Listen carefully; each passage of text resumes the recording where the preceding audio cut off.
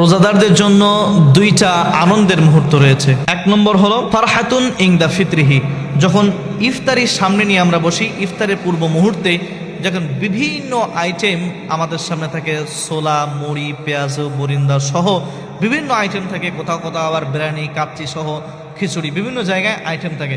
তো এই রোজাদার যখন ইফতারটা করে, এই ইফতারটা তার যেমন আনন্দ লাগে, তার যেমন ভালো লাগে, তো একজন বেরোজগার তার কাছে কিন্তু এই ইফতারটা অতটা মজা লাগে না, অতটা ভালো কিন্তু তার লাগে না। তো এটা হলো একটা আনন্দের মুহূর্ত।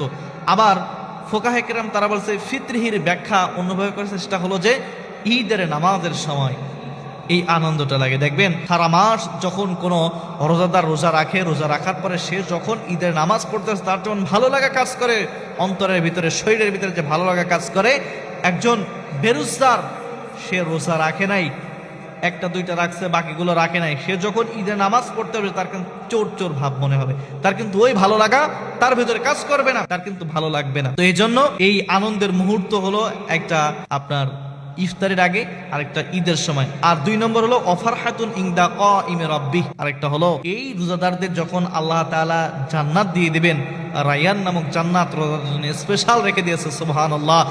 এই রোজাদাররা যখন জান্নাতের ভিতরে প্রবেশ করবে, প্রবেশ করার পরে আল্লাহ তাআলা রোজাদারদের জন্য স্পেশাল একটা সাক্ষাৎ দিবে, সুবহানাল্লাহ, আল্লাহু আকবার। এটা শুনলেই তো কেমন ভিতরে আনন্দ জাগ্রত হয়ে যায় যে আল্লাহ তাআলা সাক্ষাৎ দিবে যখন জান্নাতের ভিতরে আপনার সাথে, এই রোজাদারদের সাথে যখন সাক্ষাৎ হয়ে যাবে, তখন আল্লাহ তাআলা যে নূর রয়েছে, নূরের একটা ঝলকে 40,000 বছর, কোথাও আছে 40 বছর, তারা ওই নূরের দিকে চেয়ে থাকবে।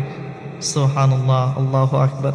এজন্য রোজাদারদের কি সুন্দর আনন্দের মুহূর্ত দুইটা, একটা হলো ইফতারের সময়, এরপরে ঈদের নামাজের সময়, আরেকটা কি, তখন আল্লাহ তাআলা এই রোজাদারদের সাথে জান্নাতের ভিতরে সাক্ষাৎ করবে।